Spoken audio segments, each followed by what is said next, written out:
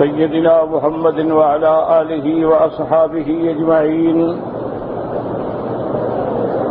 اللهم صل على سيدنا محمد وعلى آل سيدنا محمد كما صليت على إبراهيم وعلى آل إبراهيم في العالمين إنك حميد مجيد. أعوذ بالله من الشيطان الرجيم. بسم الله الرحمن الرحيم. وما هذه الحياة الدنيا إلا لهو ولعب وإن الدار الآخرة لهي الحيوان لو كانوا يعلمون. فإذا ركبوا في الفلك دعوا الله مخلصين له الدين فلما نجاهم إلى البر إذا هم يشركون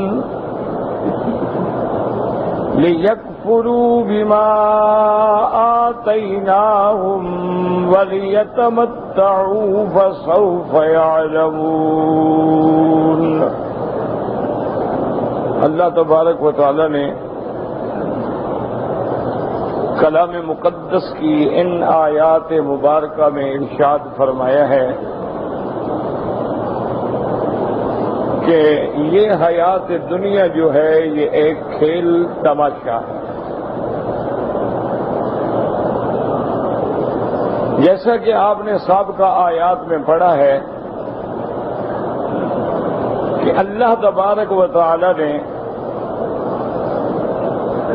اپنے پیارے حبیب سیدنا محمد عربی صلی اللہ علیہ وسلم کو فرمایا تھا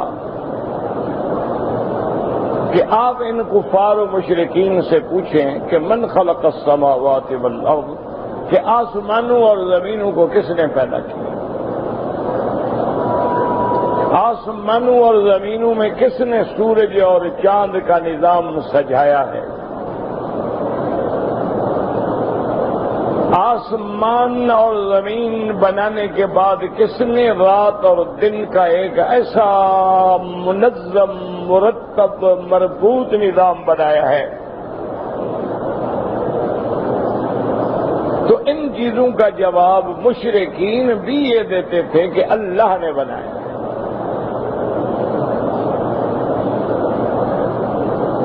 اسی طرح اگر ان سے یہ پوچھا جائے کہ آسمانوں سے پانی کون برساتا ہے، یاد رکھیں کہ پانی جو برستا ہے نا، جیسے بارشوں میں برستا ہے، اس کے لیے قرآن پاک کے مطالعے سے ہمیں دو باتیں معلوم ہوتی ہیں. کبھی اگر اللہ چاہیں تو براہ راست آسمانوں سے پانی برستا ہے، جیسے اللہ نے زمین میں دریا رکھے ہیں ایسے آسمانوں میں بھی دریا ہے. اور اسی طرح اللہ کے عرش کے نیچے بھی دریا ہے. اور جنت جو ہے وہ بھی آسمانوں میں ہے، اور جنت کے اندر بھی کئی انہار ہیں. اس لیے سمجھیں کہ کبھی کبھی اللہ تبارک و تعالی رحمت کا پانی بھی براہ راست آسمانوں سے برساتے ہیں. جیسے فرمایا وَنَزَّلْنَا مِنَ السَّمَاءِ مَاءً مُبَارَكًا، کہ ہم نے آسمانوں سے برکت والا پانی اتارا. کیونکہ آسمانوں سے جب پانی آتا ہے تو یہ اللہ تبارک و تعالی سے قریب العہد ہے. اسی لیے میرے آقا رحمت دو عالم کی یہ عادت مبارک تھی کہ جب برسات ہوتی تو حضور پاک فوراً باہر تشریف لے آتے تھے کہ پانی میرے بدن کے اوپر پڑے.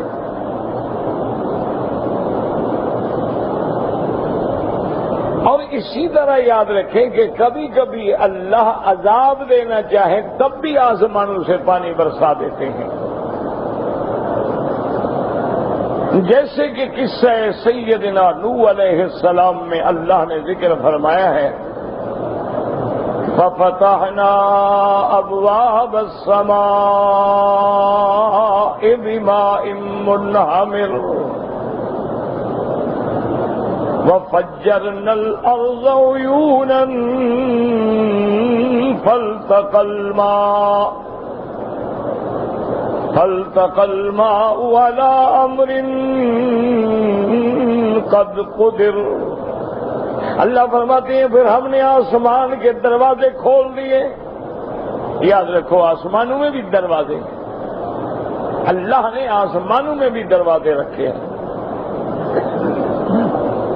اور وہ دروازے اللہ کے حکم کے بغیر نہیں کھل سکتے۔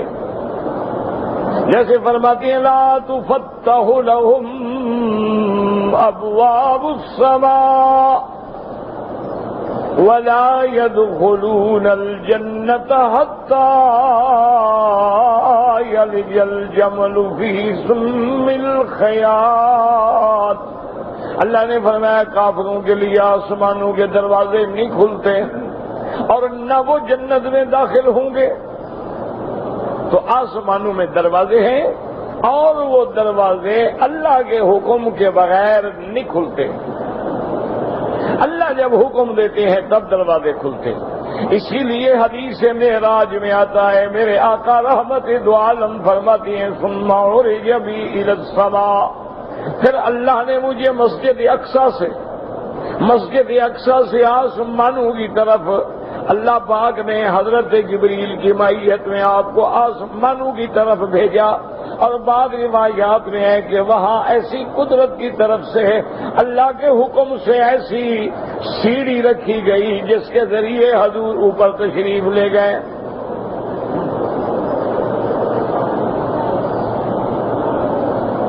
تو بہرحال یہ باتیں پہلے دور میں ذرا سمجھنا مشکل ہوتا تھا کہ وہ کیسے سیڑھی ہوگی، اور آسمان تو بہت دور ہے، لیکن اب تو لوگوں نے بھی ایسی لفٹیں بنا لی ہیں، ایسے ایکسیلیٹر بنا لیے ہیں کہ آپ کھڑے ہو جائیں اور سیڑھی اوپر جا رہی ہے۔ تو اگر بندے بنا سکتے ہیں تو خدا کے آگے کیا مشکل ہے۔ تو اس کے بعد حضور فرماتی ہیں کہ جب ہم آسمان دنیا پہ پہنچے تو سیدنا جبریل علیہ السلام نے دروازے کھولنے کے لیے آپ نے آواز دی کہ دروازہ کھولو۔ اندر سے پوچھا گیا من کون ہو تم؟ تو جبریل نے کہا انا جبرائیل، میں جبرائیل ہوں۔ ان نے دوسرا سوال کیا من معک، تیرے ساتھ کون ہے؟ تو جبریل نے عرض کیا محمد الرسول اللہ، میرے ساتھ حضرت محمد مصطفیٰ ہے۔ تیسرا سوال ہوا حل بعث الیہ، کیا حضور کو آسمانوں پہ بلانے کی بعثت اور دعوت بھیجی گئی؟ جبریل نے کہا ثم یفتح لہ، اس کے بعد دروازہ کھولا گیا۔ تو اللہ کے آسمانوں کے دروازے یاد رکھیں اللہ کے حکم کے بغیر نہیں کھول سکتے، یہاں بھی اللہ کے اذن سے کھلے۔ اور قصہ نوح علیہ السلام میں بھی اللہ فرماتے ہیں کہ ہم نے دروازے کھولے، ففتحنا، اللہ نے اپنی طرف نسبت کی۔ اب یہ مسئلے پیدا ہوتے ہیں جو لوگوں کے دماغ میں الجھن پیدا کرتے ہیں کہ جی جب آسمانوں کے دروازے اللہ کے حکم کے بغیر نہیں کھل سکتے تو یہ کافر چاند پہ کیسے پہنچ گئے؟ اور یہ اب حقیقت ہے جس کا کوئی انکار نہیں کر سکتا کہ کوئی چاند پہ نہ گیا ہو۔ پہلے تو تھے نا لوگ کہتے تھے وہم ہے، خیال ہے، یہ حقیقت ہے، کیونکہ اب وہ اتنا واضح ہو چکا ہے کہ کوئی عقل مند آدمی انکار نہیں کر سکتا۔ تو یہ بات بھی دماغ میں سمجھ لیں کہ کافروں کے لیے آسمانوں کے دروازے نہیں کھلتے۔ یہ چاند سورج جو ہیں یہ تو سب آسمانوں کے نیچے ہیں، یہ آسمانوں کے اوپر ہیں ہی نہیں۔ یہ دھوکہ ہے لوگوں کو کہ جی چوتھے آسمان پہ ہے، پانچویں آسمان پہ ہے، چھٹے آسمان، یہ دھوکے والی بات۔ اصل مرکز یہ ہوتا ہے کہ جیسے دیکھیں نا آپ آنکھوں سے دیکھتے ہیں، حالانکہ مرکز بصارت جو ہے وہ دماغ میں ہے۔ اسی لیے آپ دیکھیں ڈاکٹر کہتے ہیں کہ بھئی اگر وہ مرکزی جواب دے گیا ہے تو اب علاج نہیں ہو سکتا۔ تو دماغ میں اصل ہے لیکن دیکھ ہم آنکھوں سے رہے ہیں۔ تو اگر اللہ نے ان کے مراکز نورانیہ کہیں اوپر رکھے ہوں کوئی بات نہیں ہے، لیکن اصل میں یہ جو ہے یہ آسمان اور زمین کے درمیان میں ہے۔ اسی لیے حضرت ابن عباس رضی اللہ تعالی عنہ فرماتے ہیں، اور حبر المفسرین ہیں، وہ فرماتے ہیں کہ یہ چاند، یہ کواکب، یہ نجوم جو ہیں، وہ فرماتے ہیں قنادیل معلقۃ بین السماء والارض، یہ تو قنادیل ہیں آسمانوں اور زمین کے درمیان میں اللہ نے لٹکا دیے ہیں، یعنی یہ آسمان اور زمین کے درمیان میں۔ اچھا کوئی قریب ہے کوئی دور ہے، سب سے زیادہ قریب چاند ہے، اس کے بعد اور جو کواکب ہیں، زحل ہے، مشتری ہے، عطارد ہے، مریخ ہے، شمس ہے، وہ اور زیادہ دور ہیں۔ اقرب ترین قرہ جو ہے وہ چاند ہے، لیکن یہ آسمانوں میں نہیں، آسمان و زمین کے درمیان میں ہے۔ اور ایک قول میں آتا ہے قنادیل معلقۃ بین السماء والارض بسلاسل من نور بأیدی الملائکہ، یہ ایسے قنادیل ہیں ان کو اللہ نے نور کی زنجیروں سے باندھا ہوا ہے، اور وہ نور کی زنجیریں جو ہیں اللہ کے فرشتوں کے ہاتھ میں ہیں۔ تو بہرحال یعنی یہ مسئلہ، تو کافر آسمانوں میں نہیں جا سکتے ہیں، کافر جو ہیں وہ جنت میں داخل نہیں ہو سکتے ہیں، لیکن آسمانوں سے نیچے تو کوئی مسئلہ نہیں، کہیں بھی چلے جائیں کوئی ایسی بات نہیں۔ اب ان چیزوں سے کوئی غیر مسلم جو ہے وہ اگر پریشان ہوتا ہو وہ الگ بات ہے، ورنہ جس کا اللہ کے قرآن پہ ایمان ہے تو یہ چاند سورج کیا ہے؟ اصل کمال تو یہ ہے نا جی کہ اب آپ نے بلینز ڈالر خرچ کر ڈالے چاند پہ پہنچنے کے لیے، یہ تو کمال نہ ہوا، یہ تو اسباب ہے۔ اب دیکھیں نا، میں گھڑی دیکھ کے بتا دوں کہ بھئی ٹائم جو ہے اس وقت 6:20 ہے، یہ کیا کمال ہے؟ گھڑی مجھے بتا رہی ہے۔ اچھا میں ٹیلی فون لگا کے نمبر پنچ کر کے بات کر لوں کہ یہ اسباب ہیں، وسائل ہیں، سیٹلائٹ سے سلسلہ ہے، یہ تو کمال نہیں ہے نا۔ کمال تو یہ ہے کہ آمنہ کا لال ہو، کوئی وہاں کسی قسم کا سینٹر نہ ہو، مرکز نہ ہو، وسائل نہ ہوں، آلات نہ ہوں، اور نیچے سے اشارہ کریں اور چاند ٹکڑے ہو جائیں۔ کمال تو وہ ہے نا۔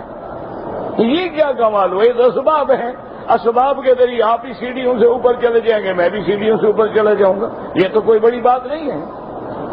کمال تو تب ہے کہ نہ سیڑھی نظر آئے، کمال تو تب ہے کہ نہ وہ ذریعہ نظر آئے، اور آمنہ کے لال ایک رات کے بعض حصوں میں آسمانوں پہ تشریف لے جائیں، کمال تو وہ ہے۔ یہ کیا کمال ہے؟ تو اس لیے بات کو سمجھیں کہ کبھی کبھی اللہ چاہے تو بارش براہ راست آسمانوں سے ہوتی ہے۔ اسی لیے جیسے پچھلی آیت میں آپ نے پڑھا ہے وَلَئِن سَأَلْتَهُم مَّن نَّزَّلَ مِنَ السَّمَاءِ مَاءً وَلَئِن سَأَلْتَهُم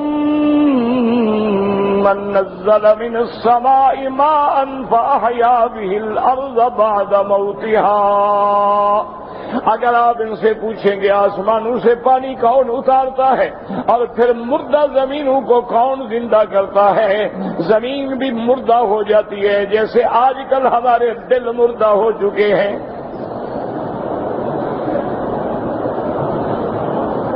یقین فرمائیں کہ اس وقت تک میرے خیال میں لاکھوں سے متجاوز حجاج کرام جو ہیں وہ آ چکے ہوں گے۔ بعض مدینہ پاک آ رہے ہیں، بعض سیدھا مکہ آ رہے ہیں، بعض مدینہ جا کے واپس آ رہے ہیں. یقین فرمائیں کہ جب ہم یعنی پڑھتے تھے مدرسوں میں قرآن شریف یاد کرتے تھے اور اسی حرم شریف میں مدرسہ ہوتا تھا, اس میں ہم تعلیم حاصل کرتے تھے, تو اس دور میں جب یہ دن آتے تھے تو حرم کے باہر گلیوں میں لبیک کا شور ہوتا تھا. آج لبیک سنائی بھی نہیں دیتا. وجہ کیا ہے؟ دل مردہ ہو گیا.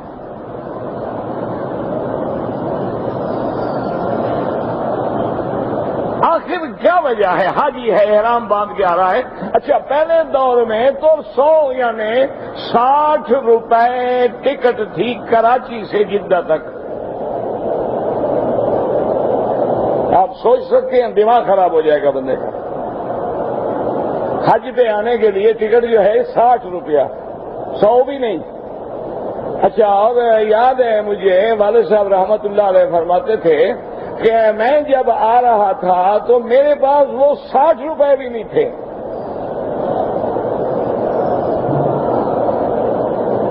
وہ 60 روپے بھی میرے جیب میں نہیں تھے, لیکن شوق تھا کہ میں نے جانا ہے مکہ مدینہ.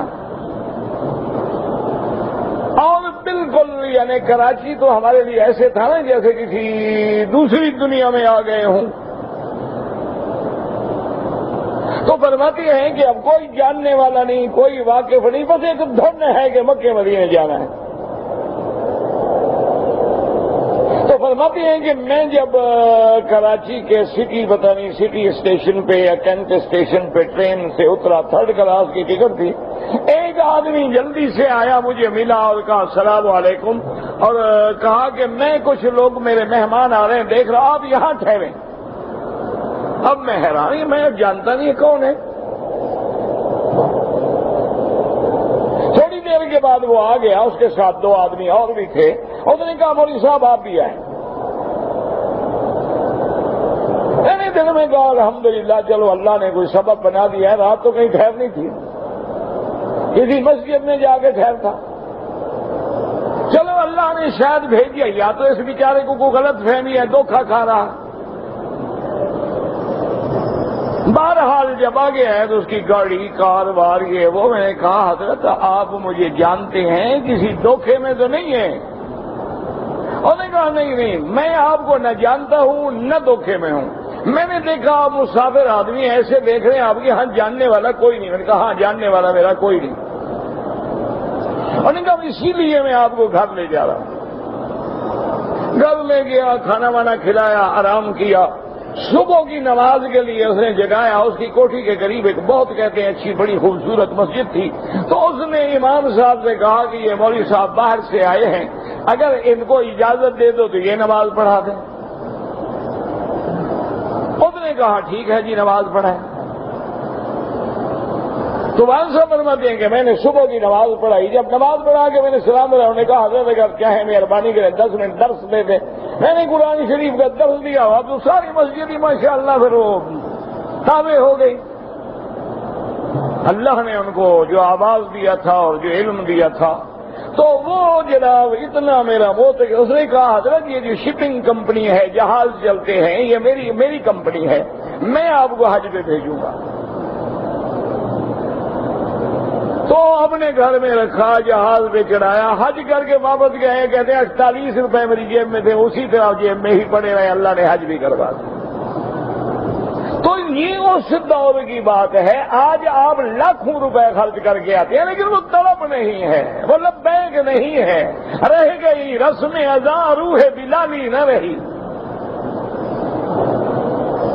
اذان تو اب بھی ہوتی ہے, نمازیں اب بھی ہوتی ہیں, لیکن کہاں وہ اذان بلال اور وہ کہاں نماز محمد مصطفیٰ. طواف تو اب بھی ہوتے ہیں, کعبہ تو وہی ہے,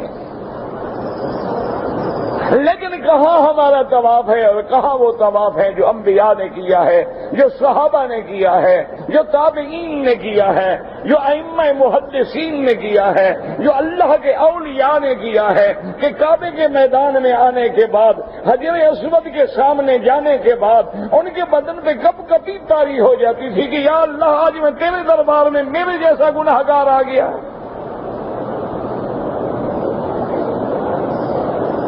آج نہ آنسو بہتے ہیں, دعائیں ہیں بے لذت ہیں، ذکر ہے بے روح ہے۔ وجہ کیا ہے کہ دلوں پہ زنگ لگ گئے، دل مردہ ہو گئے۔ جیسے زمینیں مردہ ہوتی ہیں اسی طرح دل بھی مردہ ہو جاتے ہیں۔ اور یاد رکھو کہ زمینوں کو تو اللہ زندہ کرتے ہیں پانی سے، اور دل کیسے زندہ ہوں گے؟ قرآن سے۔ لیکن آپ کے اندر روح ہے تو آپ زندہ ہیں نا، روح نکل جائے تو آپ مردہ ہے۔ قرآن کہتے ہیں وَكَذَلِكَ أَوْحَيْنَا إِلَيْكَ رُوحًا وَكَذَلِكَ أَوْحَيْنَا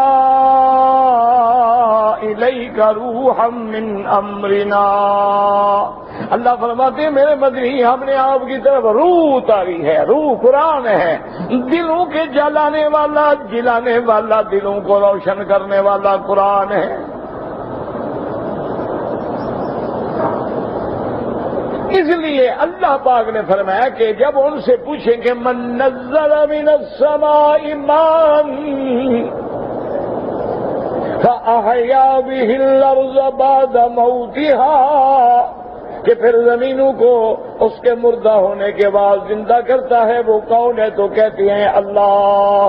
تو یہ سب مانتے ہیں، اصل بات یہ ہے کہ کبھی اللہ آسمانوں سے پانی برساتے ہیں اور کبھی بادلوں سے پانی برساتے ہیں، یاد رکھو۔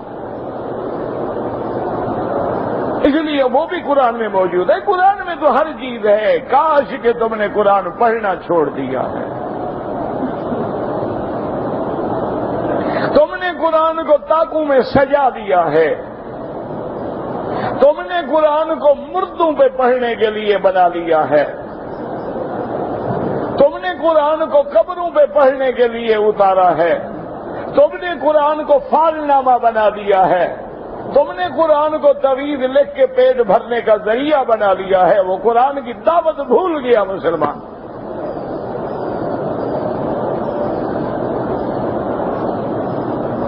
قرآن پڑھیں، ہر چیز قرآن میں ہے۔ اس لیے اب دوسری جگہ دیکھیں قرآن کا أَأَنْتُمْ أَنزَلْتُمُوهُ مِنَ الْمُزْنِ أَمْ نَحْنُ الْمُنزِلُونَ۔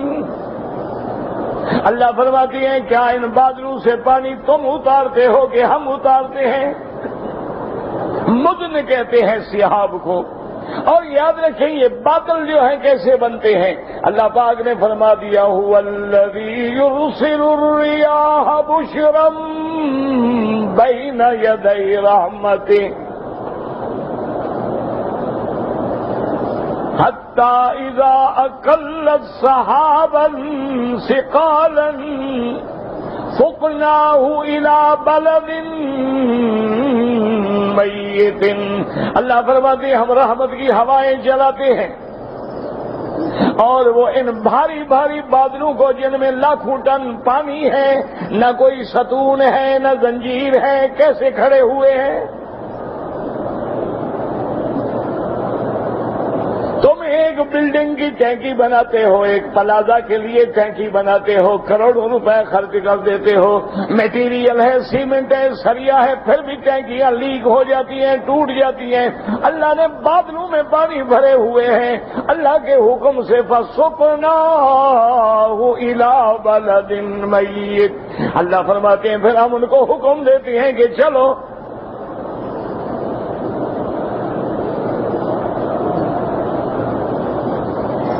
لیکن مشکل یہ ہے کہ بادل بھی ہیں، برستے بھی ہیں، لیکن جب زمین شور ہو تو پانی پڑنے سے اور زیادہ کیچڑ پیدا ہوتی ہے۔ دیکھو نا بارش برس رہی ہو، اگر زمین اچھی ہے تو ماشاءاللہ لوگ آج کل دیکھا نہیں گندم بو رہے ہیں، گندم کی تیاریاں ہو رہی ہیں، بارشوں کے انتظار میں ہیں۔ اگر زمین ہی نعوذ باللہ کلر ہے، شور ہے، تو اوپر سے اور بارش آ جائے ماشاءاللہ تو کیا فائدہ ہوگا؟ اور زیادہ کیچڑ بڑھے گی۔ یہی حال ہمارے دل کا ہے کہ دل تو ہے، قرآن کی بارش تو ہوتی ہے، لیکن آگے دل کی زمین بھی تو ٹھیک ہو نا۔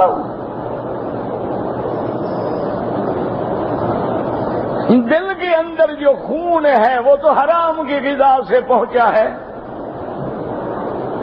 آپ جو کھاتے ہیں نا غذا معدے میں جاتی ہے نا، کیلوس بنتا ہے، کیموس بنتا ہے، پھر اس سے خون بنتا ہے، فضلہ بنتا ہے، پیشاب بول و براد ایک طرف ہو جاتے ہیں، بلڈ جو ہے پھر وہ جناب اپنے اپنے مقام پہ سرکولیٹ کرتا ہے، وہی آپ کے دل کے شرائین میں جاتا ہے. تو جب ہم نے حرام سے وہ خون بنایا ہے تو دل میں بھی تو وہی حرامی خون جا رہا ہے نا.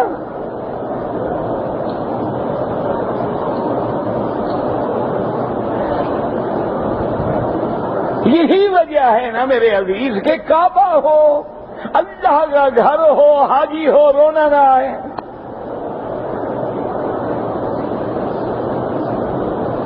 وجہ کیا ہے آخر؟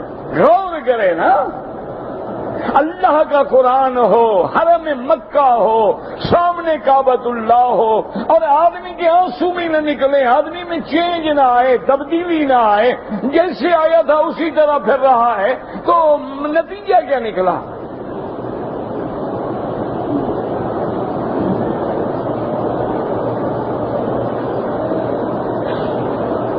تو اس لیے یاد رکھے کہ اللہ فرماتا ہے کہ جب ان سے پوچھو مانتے بھی ہیں.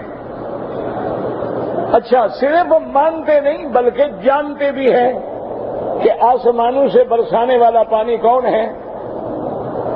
اچھا، فضاؤں میں بادل روکنے والا کون ہے، ہوائیں بھیج کے بادلوں کو چلانے والا کون ہے، یہ سب مانتے ہیں، جانتے بھی ہیں، لیکن پھر بھی ایمان نہیں لے آتے. وجہ کیا ہے؟ فرمایا بل اکثرہم لا یعقلون. اب یہاں ایک سوال پیدا ہوتا ہے کہ اگر یہ لا یعقلون ہیں، ان میں عقل نہیں ہے، دیوانے ہیں، تو دیوانے کے لیے تو کوئی تکلیف ہوتی ہی نہیں. ایک آدمی پاگل ہے، اس سے کیا پوچھا جائے گا کہ نماز پڑھی کہ نہیں؟ ہو تو پاگل ہے.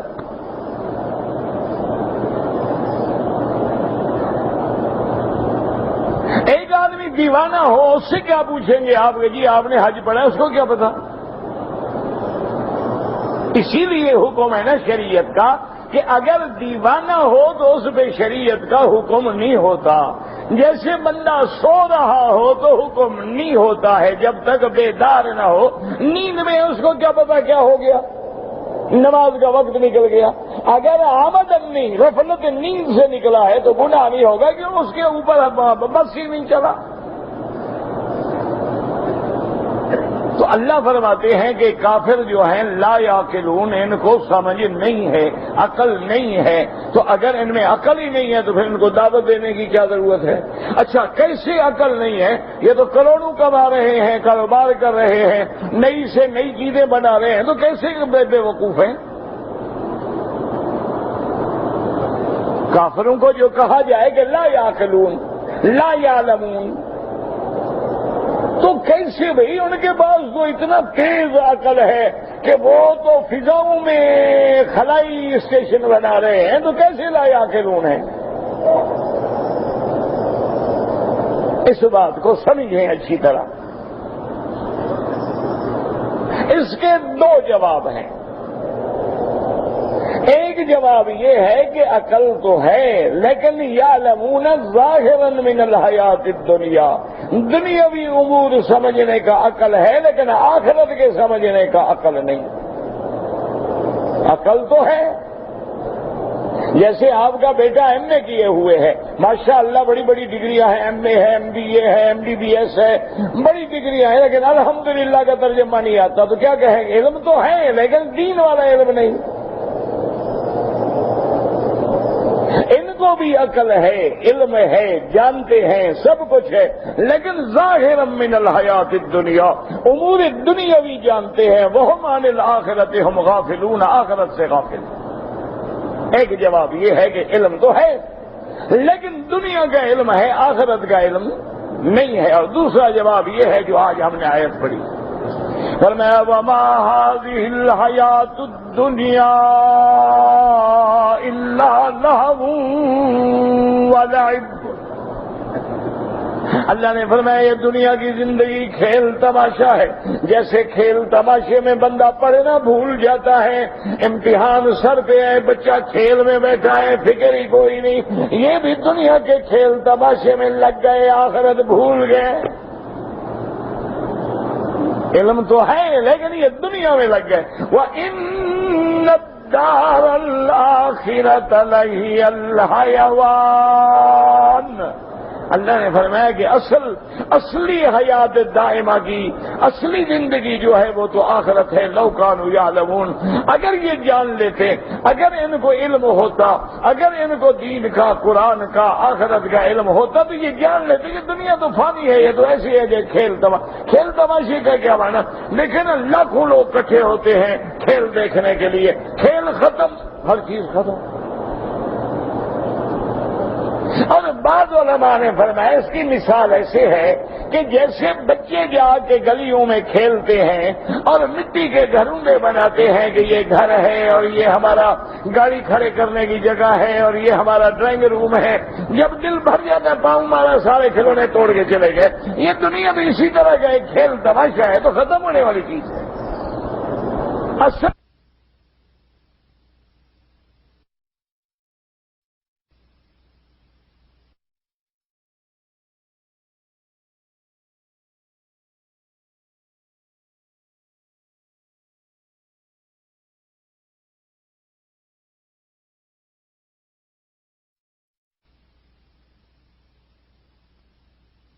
کانوا یعلمون، اللہ آپ کو بھی اور ہمیں بھی آخرت کا ایمان و یقین نصیب فرما دیں۔ اللہ اکبر۔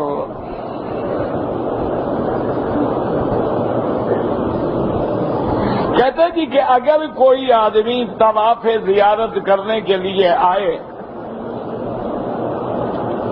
اور اس نے چلا جانا ہے تو کیا وہ طواف الوداع بھی کر سکتا ہے؟ میرا بھائی طواف زیارت آپ مثلاً کر رہے ہیں 12 کو، اور آپ نے جدہ چلا جانا ہے، ٹھیک ہے کر لیں، طواف کر کے پھر طواف الوداع بھی کر لیں۔ اگر آپ طواف زیارت کر رہے ہیں 10 تاریخ کو تو 11، 12 تو آپ نے مینا میں رہنا ہے، اور مینا تو حدود حرم میں ہے۔ بات کو سمجھیں، طواف الوداع کا معنی کیا ہوتا ہے؟ ان یکون آخر العہد بالبیت، اللہ کے گھر کا آخری کام یہ ہو کہ طواف الوداع کرے اور توکل اللہ چلا جائے۔ اچھا، آپ نے طواف الوداع، طواف زیارت کیا 12 کو، اور اسی وقت موقع مل گیا طواف الوداع بھی کر لیا اور نکل گئے، ٹھیک ہے، کوئی حرج نہیں۔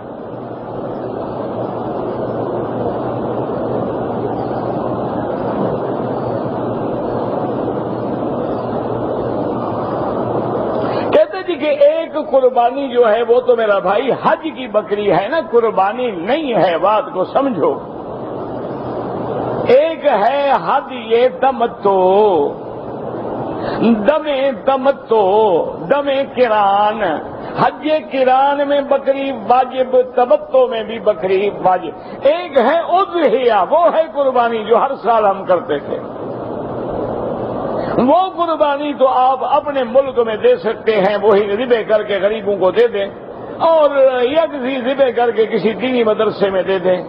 اور ایک حج کی بکری ہے، وہ آپ کو یہاں اللہ کے حرم میں دینی ہے، حدود حرم میں، یعنی پورے مکہ میں۔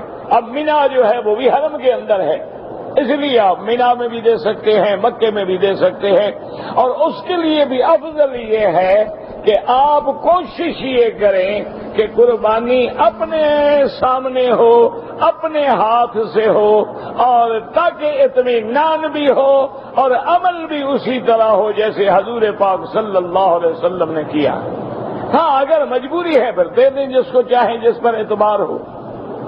میں یہ کام نہیں کرتا، نہ میں، الحمدللہ اللہ مجھے آئندہ بھی محفوظ رکھے، اور ابھی تک تو اللہ نے بچایا ہے، کیونکہ یہاں یہ بھی ایک کاروبار بن گیا ہے نا، لوگوں سے 100 200 بکریوں کے پیسے وصول کر لیں گے، ذبح کچھ بھی نہیں کریں گے، سب کے حج برباد کریں گے۔ اس لیے کسی پہ اعتبار نہ کرنا، یہ نہ سمجھنا کہ مکے میں فرشتے رہتے ہیں، مکے میں بھی بندے رہتے ہیں، انسان ہیں،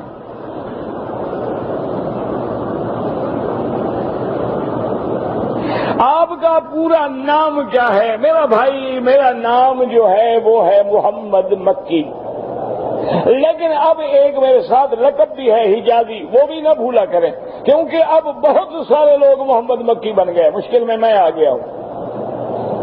جو بھی کہیں جاتا ہے وہ کہتا ہے میں بھی مکی ہوں۔ اچھا، لوگ مجھ سے آگے پوچھتے ہیں کہ حضرت ماشاءاللہ آپ آئے تھے، آپ کو ہم نے چندہ دیا تھا، ابھی میں تو 5 سال سے پاکستان میں لیا، کب آیا تھا؟ وجہ کیا ہے کہ کئی لوگ ہیں جنہوں نے اپنے نام کے ساتھ محمد مکی، کسی نے مکی، کسی نے کچھ لکھ دیا، اب وہ جو بھی کرے مونچھوں والا پکڑا جائے داڑھی والا۔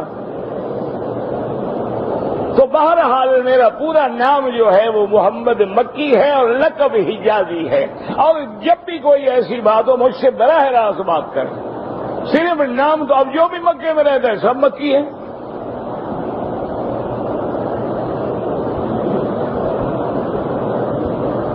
حدود حرم جو ہے میرا بھائی، یہ مکے کا شہر سارا حرم میں ہے۔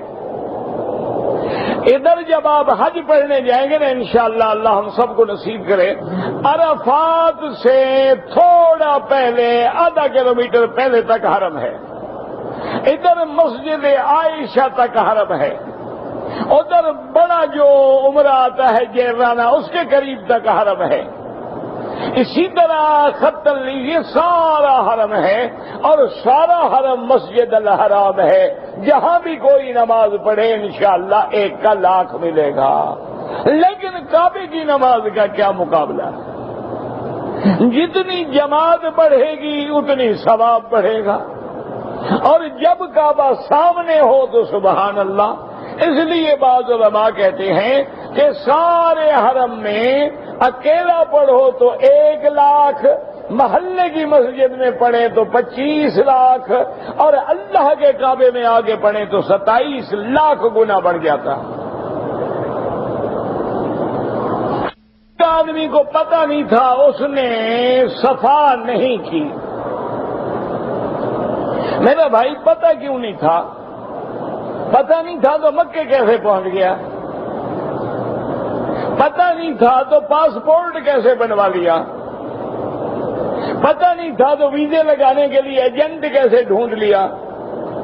پتہ نہیں تھا تو جدے والے جہاز میں کیسے بیٹھ گیا، بمبئی والے جہاز میں نہیں بیٹھا؟ یہ کیا بات ہے کہ پتہ نہیں تھا؟ یہ بالکل غلط بات ہے۔ جو بھی آدمی آتا ہے آنے سے پہلے مسئلہ پوچھے، آنے سے پہلے دین کو سمجھے کہ عمرہ کیا ہے، حج کیا ہے، طواف کیا ہے، صفا کیا ہے۔ بہرحال اس نے صفا مروہ نہیں کیا ہے، ایک بکری بطور دم واجب ہے، اگر غریب ہے روزے رکھ لے۔ 3 پہلے چکروں میں رمل ہوتی ہے، بھول گیا کوئی بات نہیں۔ کسی عورت کو 8، 9 اور 10 انہی ایام میں حیض آ جائے کوئی حرج نہیں، غسل کر کے نماز نہ پڑھے، لبیک پڑھ کے مینا جائے، عرفات جائے، مزدلفہ جائے، اللہ کا ذکر کرے، دعائیں کرے، کنکری مارے، قربانی کرائے، بال کٹے، سارے کام کرے، صرف نماز اور طواف، تو اس کے لیے تو کوئی مشکل نہیں۔ دیکھو نا، یہی حکمت ہے۔ اگر اللہ حج رکھتے مسجد کے اندر تو حیض والی عورت کہاں جاتی؟ یہ اللہ کا کرم ہے نا کہ حج ایک میدان میں ہے، پلید ہے آ جاؤ، پاک ہے آ جاؤ، تمہارے جیسا نیک ہے آ جائے، میرے جیسا گندا ہے وہ بھی آ جائے۔ اس لیے اس کے حج میں کوئی خلل نہیں، غسل کرے، لبیک پڑھے، دعائیں مانگے، ذکر کرے، مینا جائے، عرفات جائے، مزدلفہ جائے، کنکری مارے، قربانی کرے، بال کٹائے، جب پاک ہو جائے غسل کر کے طواف زیارت کر کے صفا دوڑ کے بس فارغ ہو جائے، کوئی مسئلہ نہیں۔ اور دوسرا طریقہ یہ بھی ہے، لیکن اپنے عقل سے نہ کریں، کسی لیڈی ڈاکٹر سے جا کے مشورہ کر لیں اور وہ آپ کو دوائیں دے دیں گے، وہ دوائیں استعمال کرے تاکہ ان دنوں میں اس کو ایام آئیں ہی نہیں۔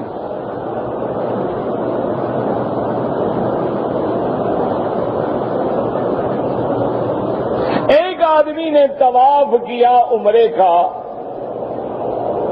مغالطہ ہو گیا کہ 6 چکر ہیں یا 7 ہیں، صفا مروہ دوڑ لی، بعد میں ایک طواف کرنے ٹھیک ہو گیا، کوئی فرق نہیں پڑتا ہے۔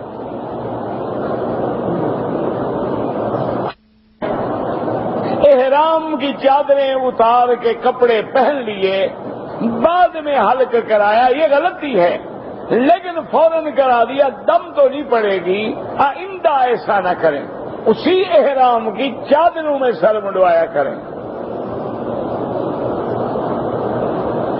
اگر آپ کا کوئی رشتہ دار ہے، آپ اس کے لیے عمرہ کرنا چاہتے ہیں، ٹھیک ہے انشاءاللہ، لیکن بہتر یہ ہوتا ہے اپنے لیے کر کے ان کے لیے دعا کریں۔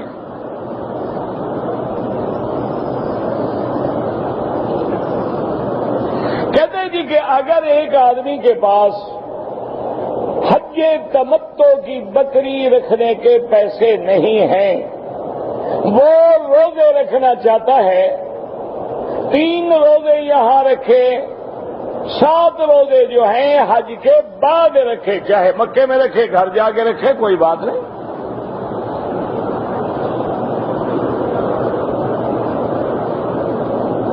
کہتے جی کہ بعض لوگ آتے ہیں حج پہ تو داڑھی چھوڑ دیتے ہیں، لیکن حج کرنے کے بعد جب اپنے ملک جانے لگتے ہیں تو پھر اس طرح پھروا لیتے ہیں۔ وہ توبہ کریں، اللہ سے ڈریں، کیونکہ حدیث مبارک میں آتا ہے کہ کسی عمل کے مقبول ہونے کی علامت یہ ہے کہ ایک نیکی کے بعد پھر نیکی کرے تو سمجھے کہ پہلی نیکی منظور ہو گئی، اگر ایک نیکی کے بعد گناہ کرے تو سمجھے پہلی نیکی بھی برباد ہو گئی۔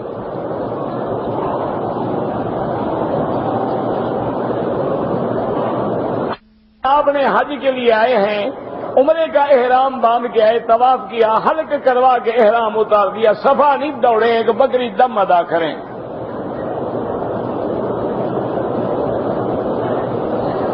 حج کی بکری جو ہے وہ لازماً حدود حرم میں ہو، یہ تو قرآن ہے نا، ہدیم بالغ الکعبۃ فلیبلغ الہدی محلہ، کہ اس قربانی یا تمتع کے قران کے جانور کو اس کے مقام میں پہنچاؤ۔ وہ مقام کیا ہے؟ وہ حد حرم ہے۔ ہاں اب تمہاری مرضی مکے میں مینا میں کر لو، مرضی آئے مکے شہر میں کر لو، کوئی بات نہیں۔ کھولنے کے لیے آپ جب مینا میں آئیں گے 10 کو انشاءاللہ، تو میرے آقا نے، محبوب دو عالم نے سب سے پہلے کنکریاں ماری، کنکریاں مارنے کے بعد آپ نے قربانی فرمائی، قربانی کے بعد آپ نے سر پہ اس طرح پھروا کے احرام کھولا۔ ہاں کوئی مجبوری ہے آگے پیچھے ہو جائے، ورنہ آمدن تو نہ کرو نا، ایک ہے مجبوری ہے، بھول گیا، آگے پیچھے ہو گیا، بکری نہیں ملی، ایک لیکن اپنی طرف سے تو کوشش کریں کہ آپ کا عمل اسی طرح ہو جیسے حضور پاک نے کیا ہے۔ ہمارے خاندان کا تعلق جو ہے وہ حضرت عباس رضی اللہ تعالی عنہ سے ہے، تو ہم اپنے آپ کو عباسی کہہ سکتے ہیں، بالکل کہہ سکتے ہیں۔ جن کا تعلق سیدنا عباس سے ہے عباسی ہے، حضرت علی سے ہے وہ علوی ہے، فاطمہ سے ہے فاطمی ہے، حسن سے ہے حسنی ہے، حسین سے ہے حسینی، کوئی بات ہے، اچھی بات ہے۔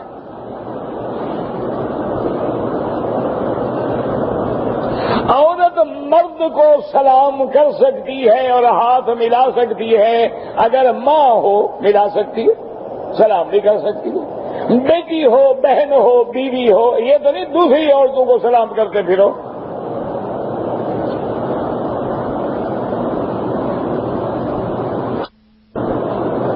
نے طواف کیا، صفا مروہ میں 3 چکر لگائے، وضو ٹوٹ گیا، حمام ڈھونڈتا رہا، حمام اس کو نہیں ملا، وہ اسی حالت میں ہوٹل چلا گیا، اس کے بعد احرام کھول دیا، کپڑے پہن لیے، سر مڈا لیا، بکری دم پڑ گئی۔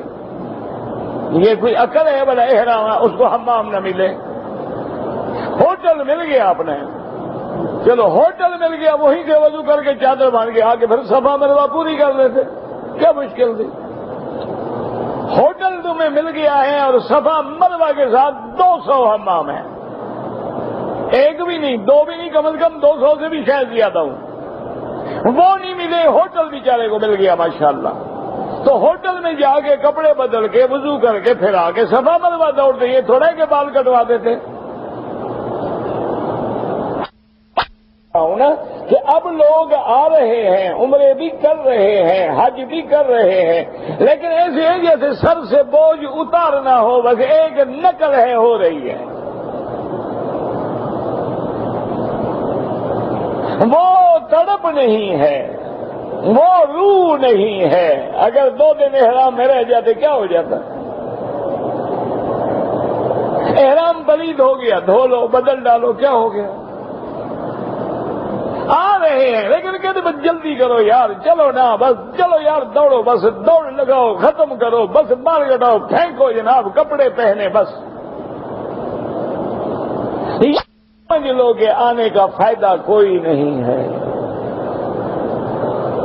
نماز بوجھ ہے، کھڑے ہیں، اللہ اکبر، اللہ اکبر، اللہ اکبر، اللہ، جیسے کوئی ڈنڈا لے کے پیچھے کھڑا ہو، جلدی کرو، اب جلدی کرو۔ ایسی نماز بالکل نہیں ہے، چاہے تم 1000 دفعہ بھی پڑھو۔ نماز پڑھنی ہے تو ادائے ارکان کا خیال رکھو، عمرہ کرنا ہے، عبادت سمجھو، شوق سمجھو، ذوق سمجھو۔ آج تمہیں بادشاہ کی دعوت آ جائے، تمہیں ساری رات نیند نہیں آئے گی، کیا کپڑا پہنوں، کیا کپڑا، رنگ کیسا ہو، شلوار کیسی ہو، ٹوپی کیسی ہو، جوتا کیسے ہو، چلوں گا کیسے، بات کیسے کروں گا، بیٹھوں گا کیسے، سارا دن شیشے میں کھڑا رہے گا، دیکھتا رہے گا۔ خدا کے گھر میں آ گئے ہو، تمہیں احساس ہی نہیں ہے۔ اور اگر نہیں ہے تو مانا دل مردہ ہو گیا ہے، رسم تو ہو گئی لیکن وہ نتیجہ نہیں نکلے گا۔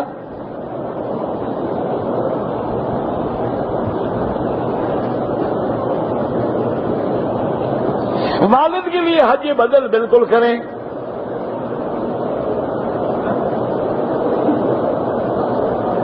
ابھی آپ کو کوئی عمرہ نہیں کرنا ہے، 8 تاریخ کو حج بدل کا احرام باندھیں اور حج کریں۔ 30 دن پہلے مکہ شریف گزارنے کے بعد ہم مدینہ جائیں گے، تو یہاں تو آپ عمرہ کر کے جائیں گے نا۔ اب آپ کا حج تمتع ہوگا۔ حج قران تب ہوتا ہے جب میقات سے آتے ہوئے دونوں کا اکٹھے باندھتے ہیں۔ کہتی ہے جی کہ مجھے اپنا قرآن پڑھنے کے لیے مدینہ منورہ میں داخلہ لینا، آپ جس ملک میں رہتی ہے نا وہاں سفارت خانہ سعودی سے رابطہ کریں۔ سے آیا ہوں، 2 لڑکے جوان بھی ہیں، احرام نہیں باندھا، ماشاءاللہ، عمرہ بھی کرو اور ایک بکری دم بھی دو۔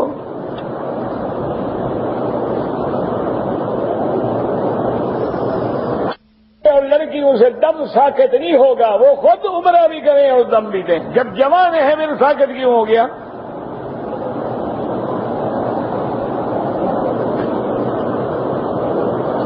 جوان لڑکے اور لڑکی انہیں واک کرنی ہو، شام کو جا کے بیچ پہ تو 8-8 کلومیٹر چلتے ہیں، یہاں عمرہ کرتے ہوئے تکلیف ہے۔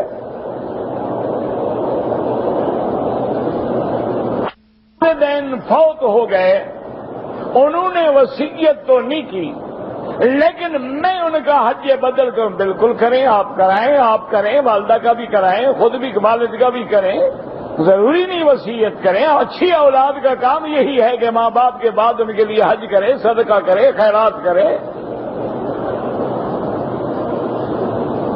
بھائی قربانی کوئی نہیں، حج تمتع ہوگا تو تمتع کی بکری ہوگی۔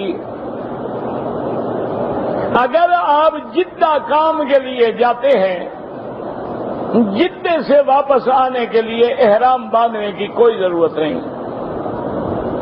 اگر احرام کی چادر ہمارے کندھے پہ نہ ٹکے تو پن لگا لیں، تو پھر تو سلائی ہو گئی، پن لگا لی تو کیوں نہ ٹکے جناب، اچھی طرح چادر لپیٹ لیں، ٹکے گی؟ کیوں نہیں ٹکے گی؟ آدمی انہیں عمرہ کیا ہے، دونوں نے طواف بھی کر لیا، صفا بھی دوڑ لی، اب ایک دوسرے کے بال کاٹ لیں، جائز ہے۔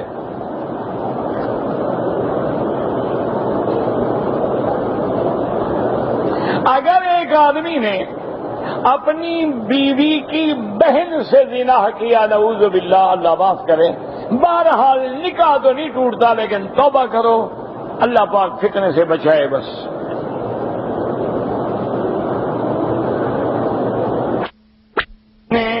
حالت احرام میں خوشبو والے صابن سے ہاتھ دھو لیے، 1-2 ریال خیرات کر دیں۔ میری بیوی ایام حیض میں تھی، پاکستان سے بغیر احرام کے آ گئی ہے، اب جناب پاک ہونے کے بعد عمرہ بھی کرے اور دم بھی دے، ورنہ حالت حیض میں وہ احرام کی نیت کر سکتی تھی۔ یہ مسئلہ آپ کو وہاں پوچھنا تھا نا کہ یہاں پہنچ کے پوچھ رہے ہو۔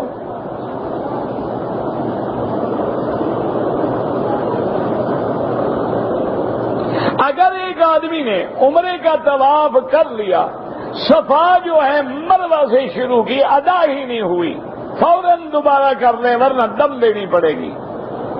صفا سے شروع کرو، مروہ پہ ختم کرو۔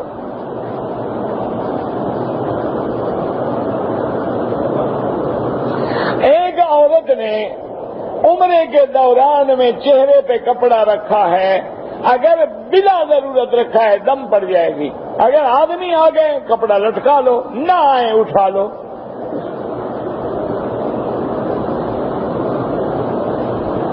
اگر حج کے مہینے میں عمرہ کیا ہے، حج تمتع ہوگا۔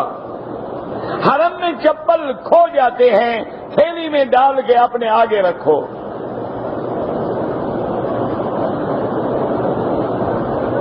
نماز کی حالت میں موبائل کی گھنٹی بجتی ہے تو پہلے بند کر دو، اور اگر پہلے بھول گئے تو کھڑے کھڑے وہی کسی بٹن پہ ہاتھ رکھ دو، بند ہو جائے گا۔ اب جس کے لیے چاہے کر سکتے ہیں۔ اگر عورت حالت احرام میں ہے، غیر محرم سے بالکل پردہ کرے، اپنا کپڑا لٹکا لے بس۔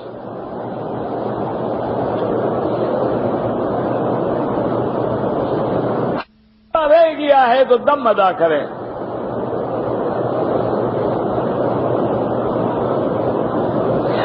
اگر رمل نہیں کیا تو کوئی جرمانہ نہیں۔ غریب آدمی ہے، پیسے نہیں ہیں، دم کے بدلے روزے رکھ سکتا ہے۔ جو آدمی رمضان المبارک میں آ کے مکے میں رہ گئے، رمضان کے بعد کوئی عمرہ نہیں کیا، ان کا حج افراد ہوگا، صرف حج کا احرام باندھیں گے، اور ان کے لیے بکری حج کی واجب نہیں ہوگی۔ کنکری ماری، سر مڈایا، احرام کھول دیا۔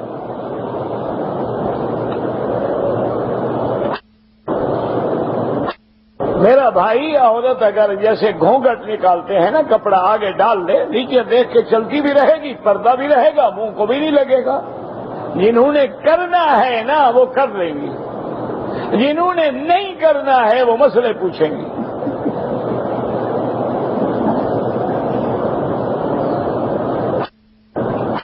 آدمی کو جریان کی شکایت ہے تو جریان سے وضو ٹوٹ جائے گا، وضو آپ کو دوبارہ کرنا ہوگا۔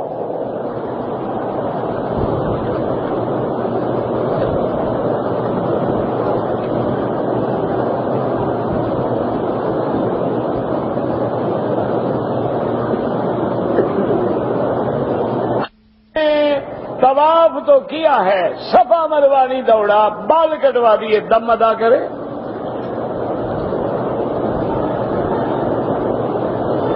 بابا ایک مسئلہ ایک ہی ہے، احرام کی حالت میں بی بی عائشہ خود فرماتی ہیں، اذا هذین الرجال صدلنا علی وجوہنا، جب مرد قریب آتے تھے ہم کپڑا لٹکا لیتے تھے، اور جب مرد دور ہو جاتے تھے ہم کپڑا ہٹا لیتے تھے۔ آج بھی عورت ایسے کپڑا ڈال سکتی ہے، آگے ڈالنے منہ کو نہ لگے بس۔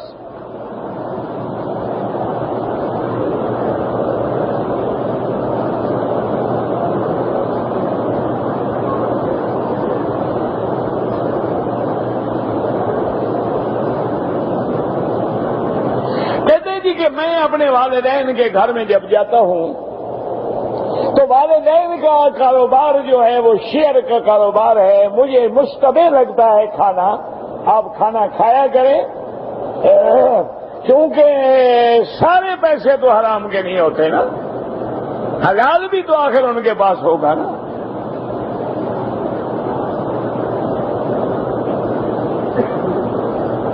عصر کی نماز کے بعد پہلی منزل پہ طواف کیا، لیکن 10 منٹ بیٹھ کے ریسٹ کر کے کرتا رہا. کوئی بات نہیں، ٹھیک ہے، لیکن آپ کو کیا دماغ خراب ہو گیا تھا کہ پہلی منزل پہ چلے گئے؟ ابھی تو نیچے اتنا رش نہیں ہوا.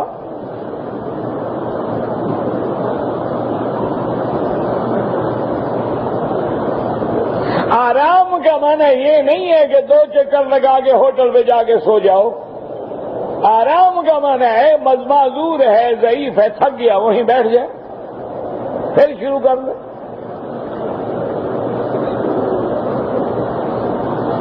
نفلی طواف کر کے جس کے لیے چاہیں دعا کریں.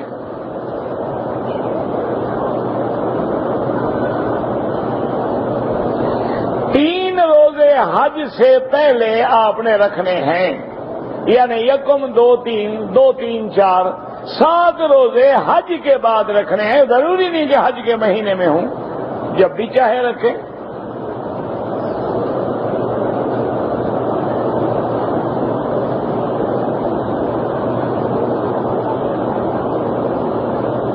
اگر ایک آدمی نے کسی سے کہا کہ یہ 1000 کے نوٹ مجھے کھلے دے دو، اس نے کہا کہ ابھی میرے پاس 500 ہیں، 500 کل لے لینا، کوئی حرج نہیں.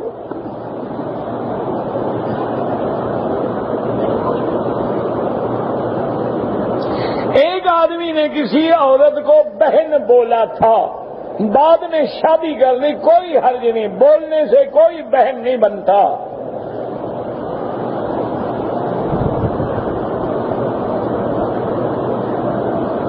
مسجد عائشہ سے جو عمرہ کرتے ہیں احناف کے نزدیک اور امام شافعی رحمت اللہ علیہ کے نزدیک تو جائز ہے. امام احمد بن حنبل رحمت اللہ علیہ فرماتے ہیں کہ اگر ضرورت ہے تو کرے، ورنہ نہیں. اگر مدینہ منورہ سے واپسی پر عورت کو حیض شروع ہو جائے، نیت کر لے عمرے کی، مکے میں آ کے ہوٹل میں رہے، جب پاک ہو جائے عمرہ پورا کرے.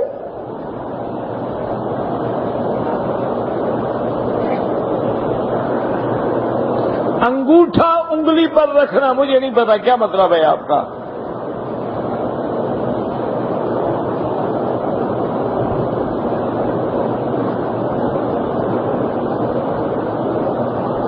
اگر کوئی آدمی میدان عرفات جائے کوئی حرج نہیں. جو لوگ نماز جنازہ میں امام کے آگے کھڑے ہو جاتے ہیں ان کی نماز بالکل نہیں ہوتی.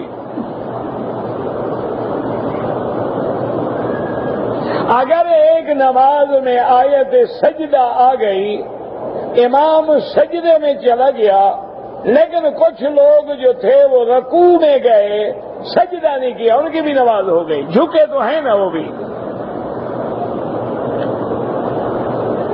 صدقہ جتنا چاہیں کریں، کوئی مقدار نہیں. عورتیں بغیر محرم کے طواف کر سکتی ہیں. حج کے دوران میں پردہ اور زیادہ ضروری ہے کہ حج میں لاکھ لوگ اکٹھے ہوتے ہیں، زیادہ خطرہ ہوتا ہے.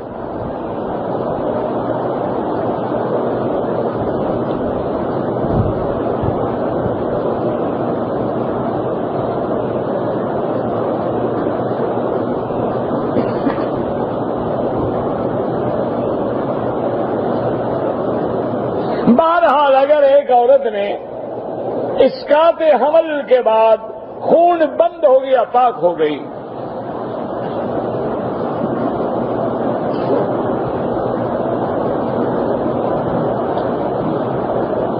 جب عورت احرام کی نیت عمرے کی کر کے آ جائے، حیض کی حالت میں اپنے ہوٹل میں مکان میں رہے، پاک ہو جائے، پھر مسجد عائشہ جانے کی کوئی ضرورت نہیں. نیت تو وہ کر چکی ہے پہلے سے.